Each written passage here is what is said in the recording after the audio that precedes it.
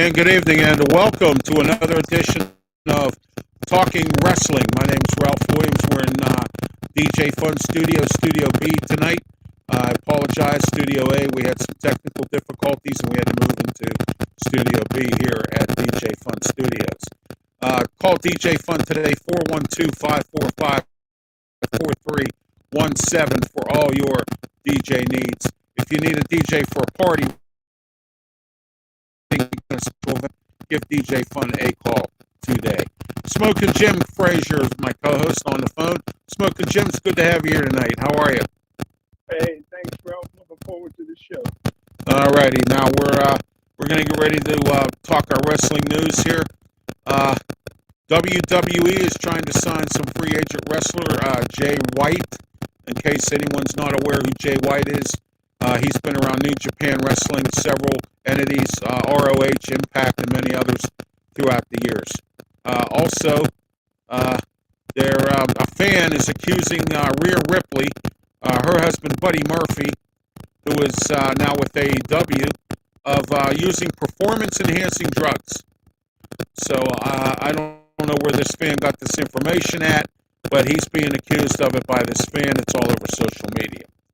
Vince McMahon is asking $9 billion, Smokin Jim, $9 billion for WWE. Don't forget, on our Thursday night show next Thursday, we're going to take a collection to buy the WWE. Yeah, we're going to buy we're going to have to do that because that's going to be a really so. All right, next. In wrestling news, Cody Rhodes that says he will be that he does not get along with certain wrestlers in the back room. Of course, Seth Rollins. He says him and Seth do not really get along. They're not even friends. I mean, some guys are rivals, Smokin Jim, but they're also friends. He says he totally doesn't get along at all with Seth Rollins. So, them not getting along leads to some battles. But, right now, Cody Rhodes isn't going to be doing much leading up to his WrestleMania match with Roman Reigns. All right, Smokin Jim. I don't really have too much news here. I mean, I have a few things. Last-minute news, Paul Ellering has announced that he's coming back with the Authors of Pain. So I wanted to let you know that when they're Smokin Jim, the Authors of Pain are coming back with Paul Ellering. And, wow. Precious Paul used to be the manager of the Road Warriors back in the day. Yeah. So, all right, let's talk about the Elimination Chamber, Smokin Jim. It was an interesting night. We got to see Roman Reigns go up against Sami Zayn, but Sami ended up getting the short end of the stick out of this deal. What do you think about this match? What were your thoughts on it? Well, I tell you what, man, it was very entertaining. The Canadian fans was, man, woo, were they loud and excited. But I knew somewhere along the line that Roman Reigns would find a way to retain his title, and he did. Oh yeah, absolutely, because it was leading up to Cody Rhodes versus Roman Reigns for the the Universal title at WrestleMania. All right, Bobby Lashley and Brock Lesnar, that ended in a DQ, disqualification. Brock Lesnar lost his temper. What do you think about this match? How'd you like this match? Oh, wow, man. Anytime you get to see Brock Lesnar, man, it's not very often, man. It's always a must-see TV. Him and Bobby Lashley, man, two big guys. It's in great shape, and what a rivalry it's becoming. What did you think? Actually, to be honest with you, Smokin Jim, I actually thought that that match kind of went by the wayside. I was expecting a better match, and it was another disappointment. That was, I thought, and I even called it, and I even told you that I thought that was going to be the match of the night. And it turns out that wasn't the match of the night. It turns out the Men's Elimination Chamber match was the match of the night. and or the Roman Reigns match was a match of the night. So I mean, between the two of them, what was your thoughts on the Judgment Day losing to Beth and Edge? But it appears on Raw Monday night, Finn Balor got a little small ounce of revenge. What's your thoughts on this? Yeah, anytime the Judgment Day go down, I'm always surprised.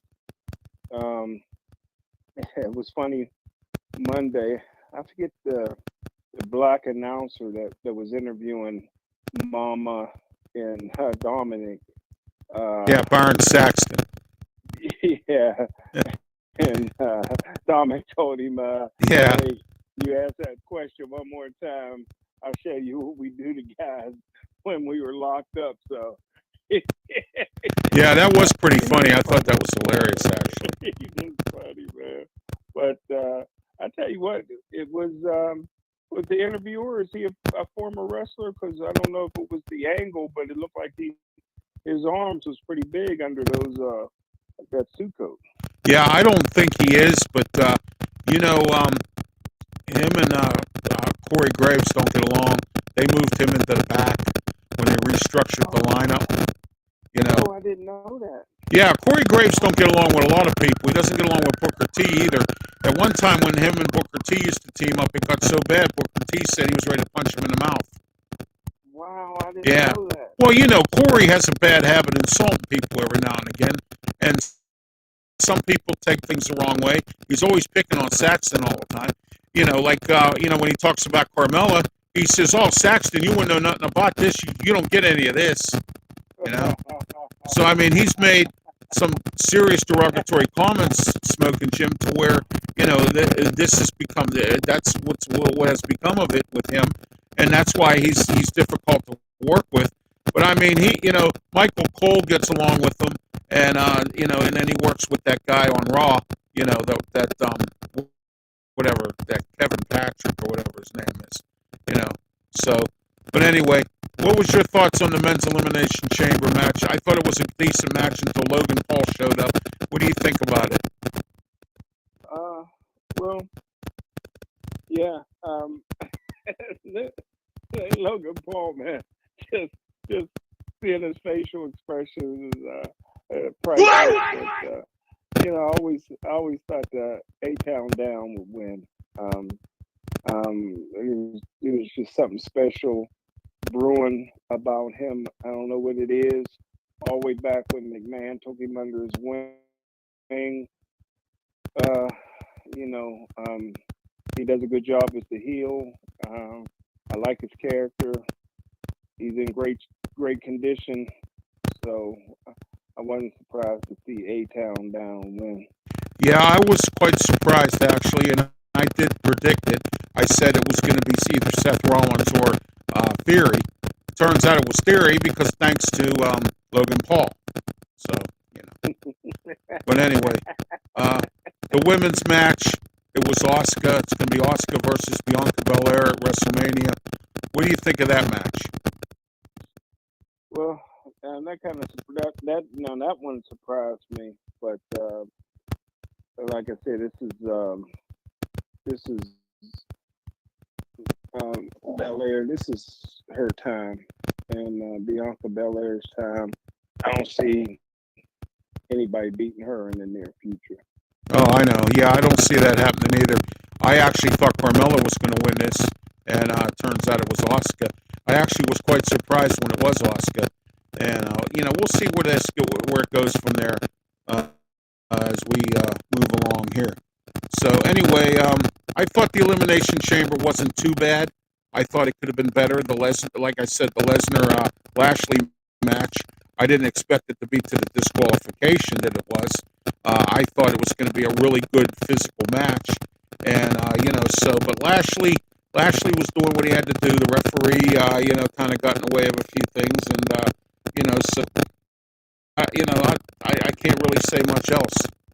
Also, I found out in news today, Smokin' Jim, that Mick Foley is going to be joining the Judgment Day. That's coming. That could be coming up. What do you think about this? Yeah. Oh man, that's a shocker. Wow. Yeah, it is. They managed to recruit Mick Foley.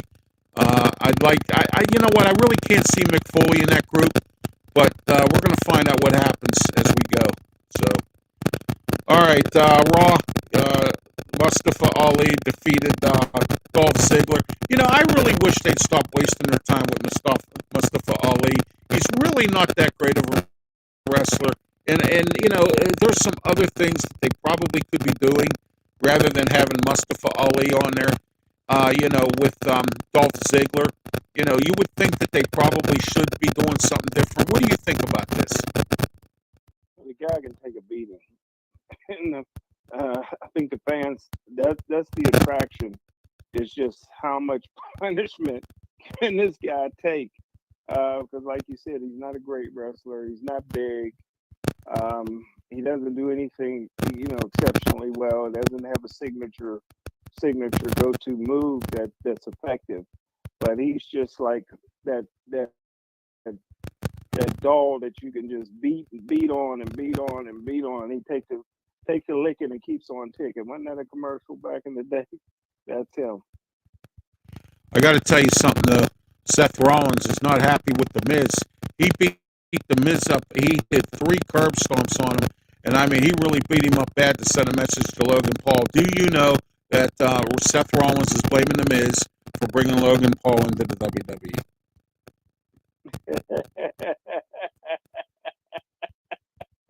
Yeah, he's blaming him for that. And, you know, and now he's taking it out on The Miz. And in one perspective, I really don't blame him because, I mean, you know, I'd be angry too if, you know, I was in that kind of a situation where I had an opportunity to win a match and, you know, and then I end up losing because of him and, you know, because he took some internet comments and some stuff on social media to you know, to heart or whatever, you know, so. What I did like was Omos. He came out and issued a challenge to Brock Lesnar for WrestleMania. What do you think of this? This is going to be interesting, huh? Wow. That's a little surprising. I kind of thought that they would team up, but I guess that's and be in the Hurt Business, but I guess that's not going to happen. No, the Hurt Business is going to happen. It's just taking some time. Lashley's going to, sooner or later, MVP is going to be his manager again. I know Cedric Alexander and Shelton Benjamin are back. Omos is supposed to be part of it.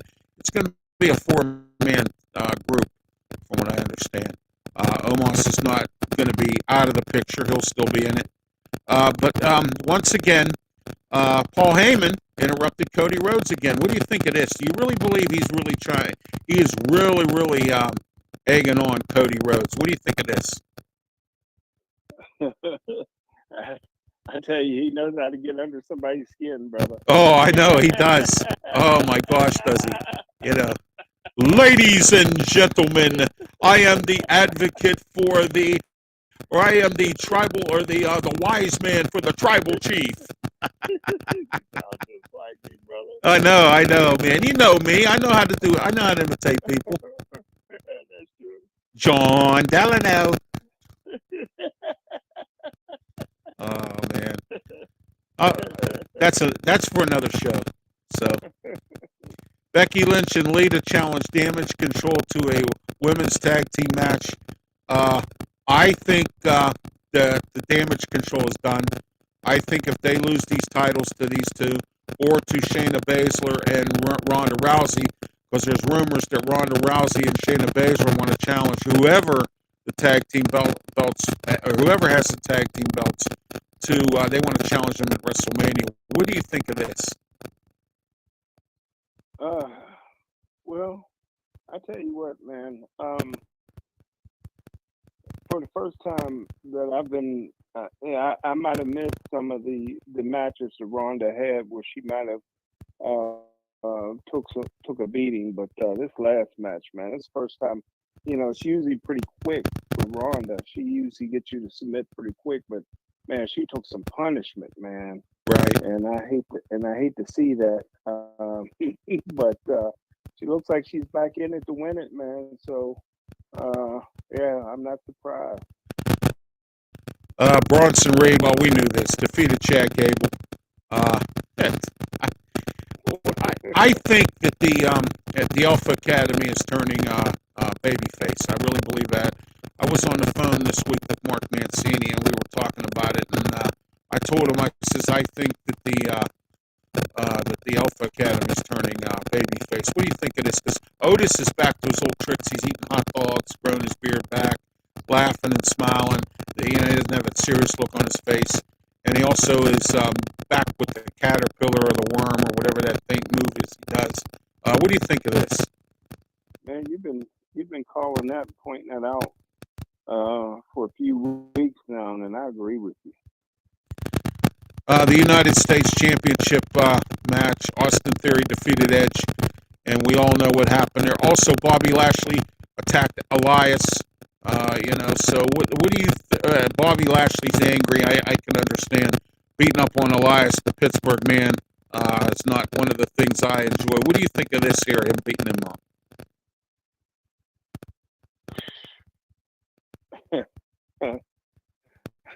Do you think it's just anger? That's a hard. You got to answer that one, man. I'm puzzled there. Yeah, I'm puzzled. I'm puzzled as well. I think he did it because Elias was asking someone to face him at WrestleMania. Lashley grabbed the microphone and said he will destroy anyone who disrespects him from now on. And Elias did disrespect him some weeks back, and I know he was quite frustrated about that as well. So I mean, yeah, Raw was okay on Monday night. What kind of grade do you give Raw for Monday night? Well, I couldn't understand why Corbett so mad at Sami Zayn. I don't understand that. You gotta put the puzzles together. Well, I'll put it together for you. Baron Corbin's in a bad mood because JBL left him out in the lurch. Okay? He put him out to pasture, Smokin' Jim. You know that. Baron Corbin hasn't done well at all since he was the lone wolf when he first came up. He did real well. He was Money in the Bank for a little while, and he blew it. He held, I think, the Intercontinental title or one of them. So that's just something that happens. And Baron Corbin's been the last 5 years probably, or the last maybe 2 or 3, I think. He's run into some bad luck. He was broke there for a minute, and was getting his car towed away, and then all of a sudden he was rich. You know what I mean? And then now all of a sudden JBL puts him out in the pasture. It's like one thing after another with Baron Corbin.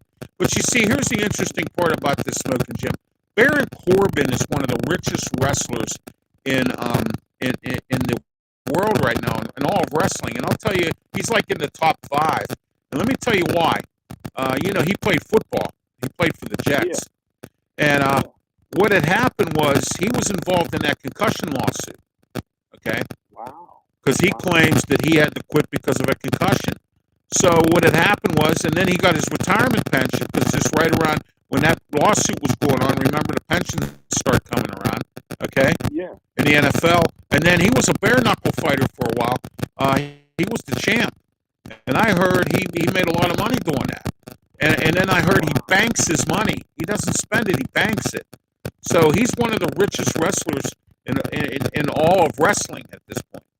So wow, I don't know. Yeah, that's the deal with Baron Corbin. So Baron Corbin really, doesn't really need the money at all, or as far as like matches and stuff like that. And I think he enjoys that being embarrassed like that. And maybe that's just part of his character at this point, And I believe that could be, Well, let me ask you this. College football's over. I'm sorry, what was that? Coming back. College football's over now, and is the kicker coming back? Or is he done? I don't know. I was told he was still with the WWE, but he hasn't come back yet, Pat McAfee. I have no clue what's going on with him. The WWE, when he came into the WWE, Vince McMahon was in charge. And then he went through the thing, and he screwed Triple H by taking that college broadcasting job.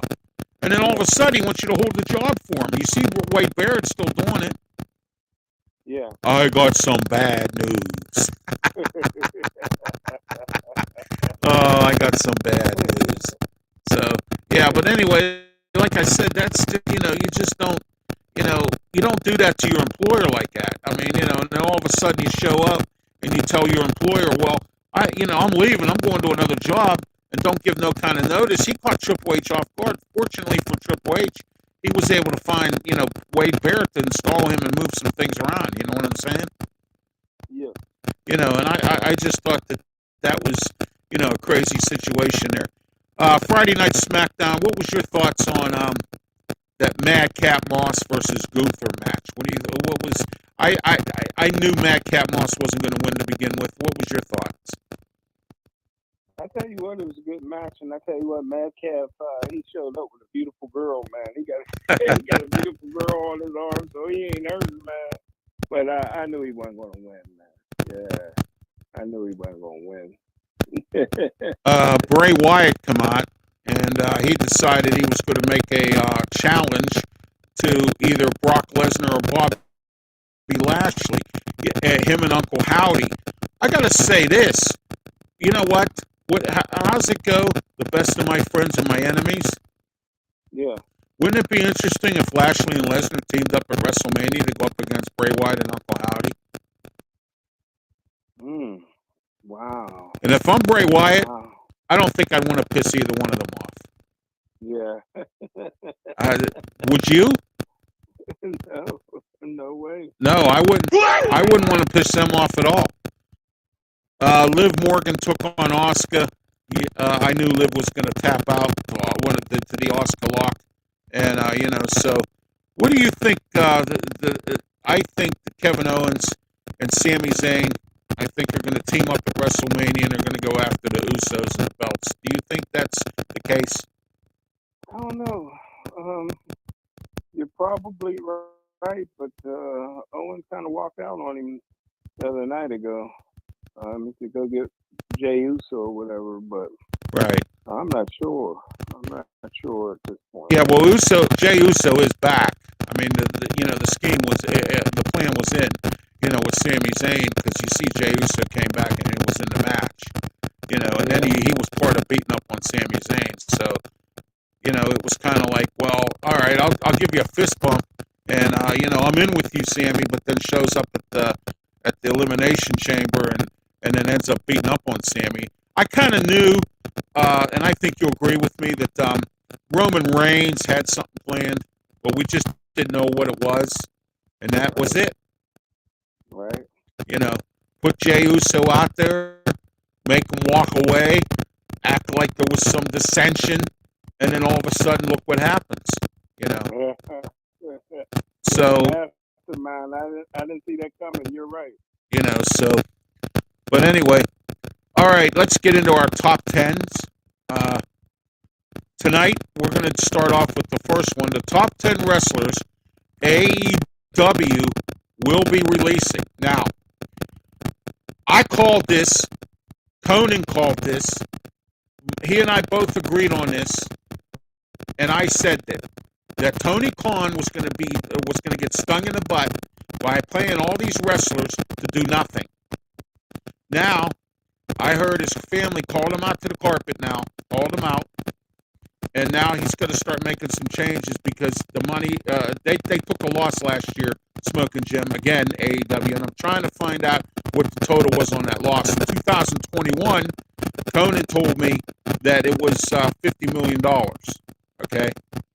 So I'm trying to find out what kind of losses they prepared last year.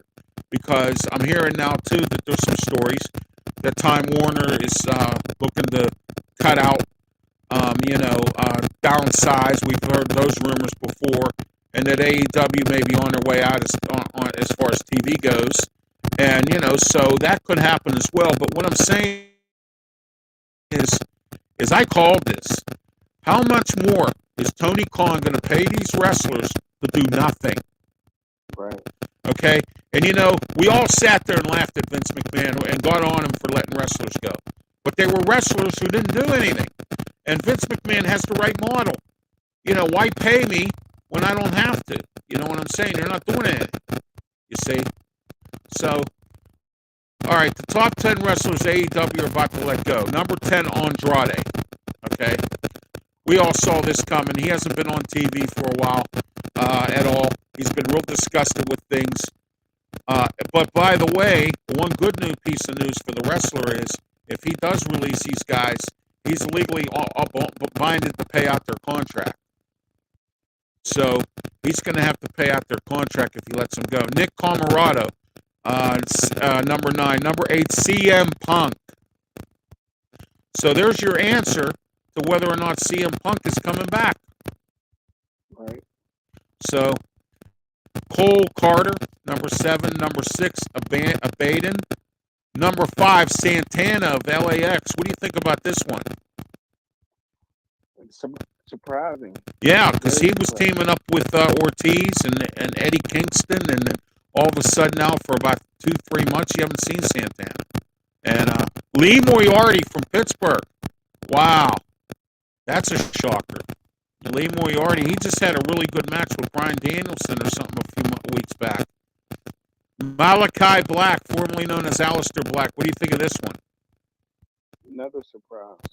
Surprise. Next, Anthony Ojogo as number 2, and number 1, and you're not going to like this one, Jeff Hardy. Wow. Yeah, well, Jeff Hardy's had some issues with alcohol over the years. He got back into, he had some kind of a serious situation that, with his alcoholism and stuff. He was involved in a DUI.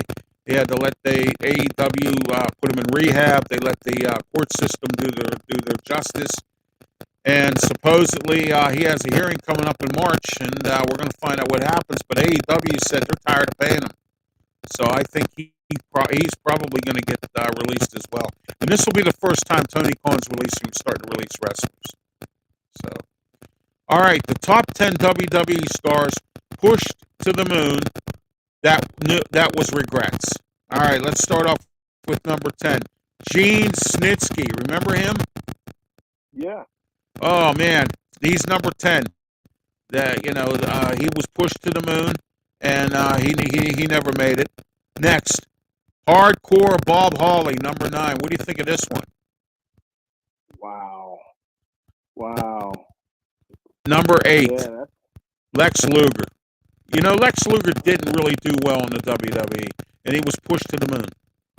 I was told he was not very good at talking to people, and I was told that when I watched the documentary on there, the biography on him, he wasn't good at talking with people, and the WWE experience just didn't work for him. What do you think of this? He was such a superstar. I'm surprised it didn't work in the WWE because, where he came from, he was just a superstar, wrestler, physique, character, the whole bit. So, right. Yeah, that's kind of shocking. Next, Mabel, number 7. Remember Mabel? Yeah. I thought that he was real good when he was teamed up as a tag team. He did make King of the Ring, but he just didn't pan out the rest of the way. I mean, he bombed out. He had some good matches with The Undertaker, because the night that I told you that I had The Undertaker in my cab, I was taking him and Paul Bearer down to the Mellon Arena, and guess who The Undertaker was fighting for the King of the Ring title at the Mellon Arena? It wasn't a Raw, it was a house show. He was fighting Mabel.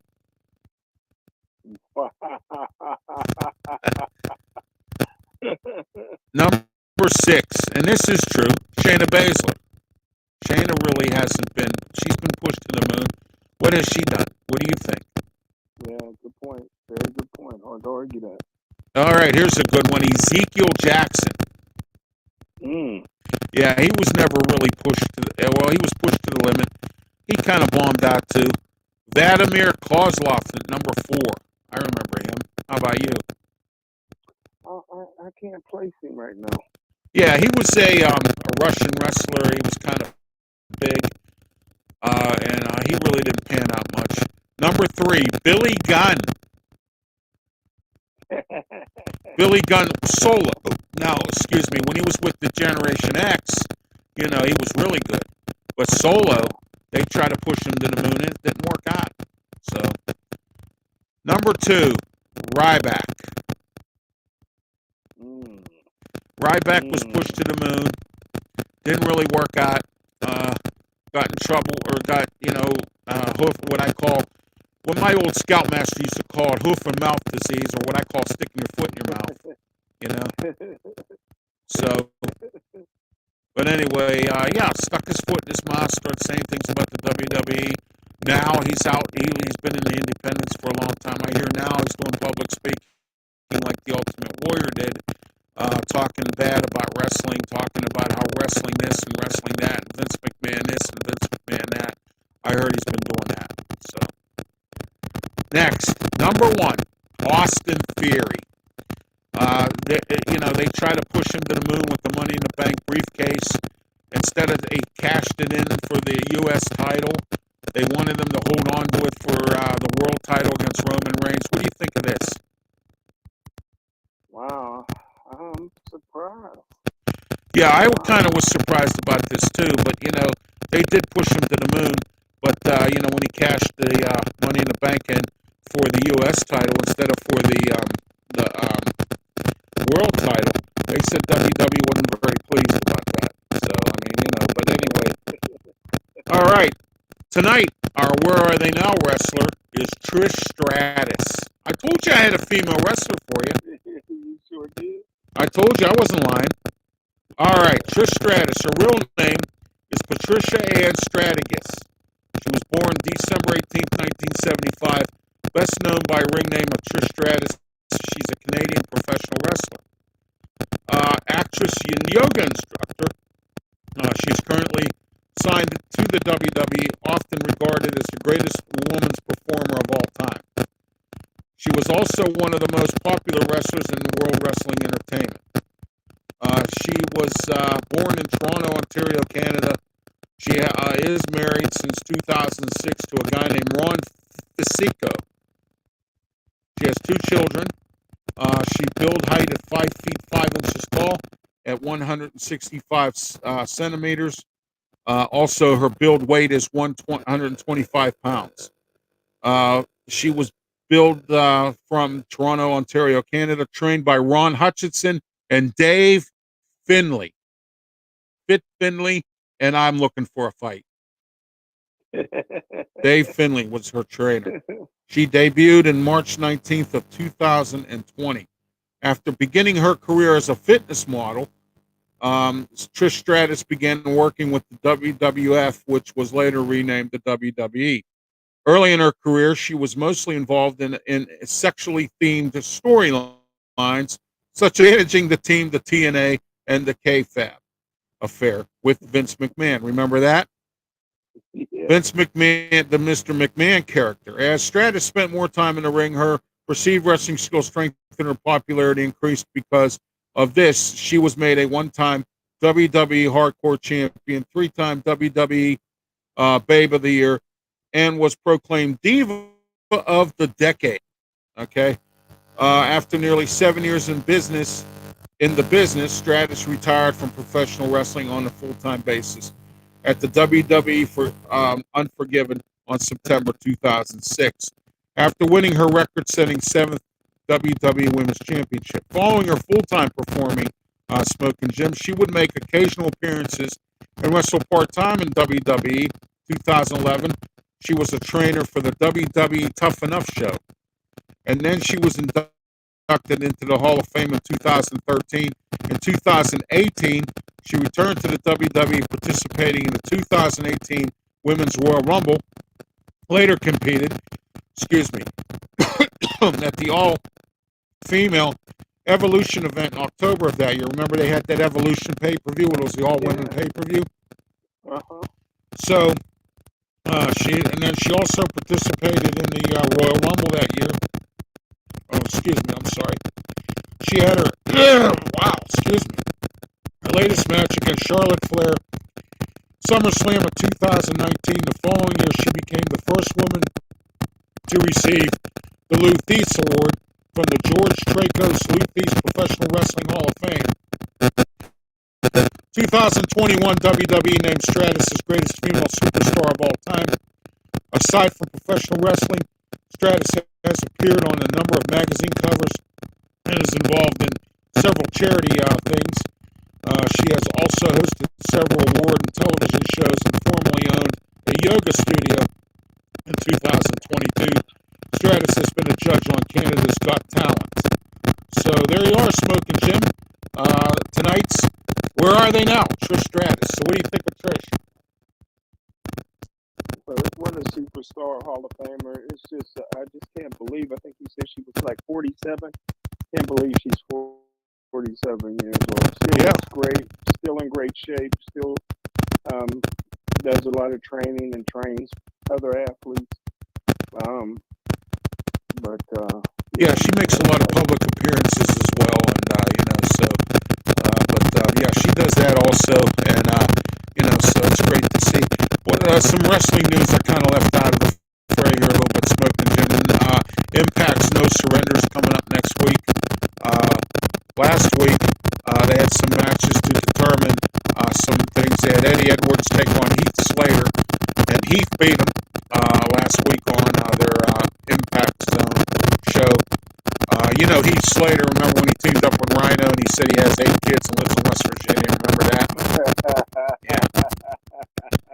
So anyway, Kenny King, here was a good match, Smokin' Jim. Too bad I didn't see it, but I will watch it on the archive version. Rich Swann versus Kenny King. Wow. That was a great match. And Rich Swann won that match, and he's going to move up an opportunity to get a title shot. Steve Macklin took the beat Rhino. I'm surprised that happened. Rhino's a good wrestler from the past. Steve Macklin also is a good wrestler, but I didn't expect any of that. Those were a few of the matches that were on Impact last week. Anyway, anything you want to add before we end the show here, Smokin' Jim? No, you nailed it as usual, brother. Alrighty. Don't forget to join us tomorrow night at 7:30 p.m. Blog Talk Radio. We have wrestling and sports talk with myself, Smokin' Jim Frazier here, and Mark Mancini. We're going to be on for a full hour again tomorrow as well. We'll start at 7:30. And also, don't forget on Friday, the External Bum podcast with myself and Steve and Bruce Kessinger. 5 p.m. start time Eastern time, 2 p.m. West Coast time, and 347-205-9631 to listen to both shows. Don't forget tomorrow night, be part of that 600 or more crowd or listeners there, Smokin' Jim, that we've been accumulating over the weeks. Yes, sir. Absolutely. All right, for Smokin' Jim Frazier, I am Ralph Williams. Thank you for watching another edition of Talking Wrestling. We'll see you next Wednesday at 7:30. Smokin' Jim, have a great night. I'll talk with you tomorrow.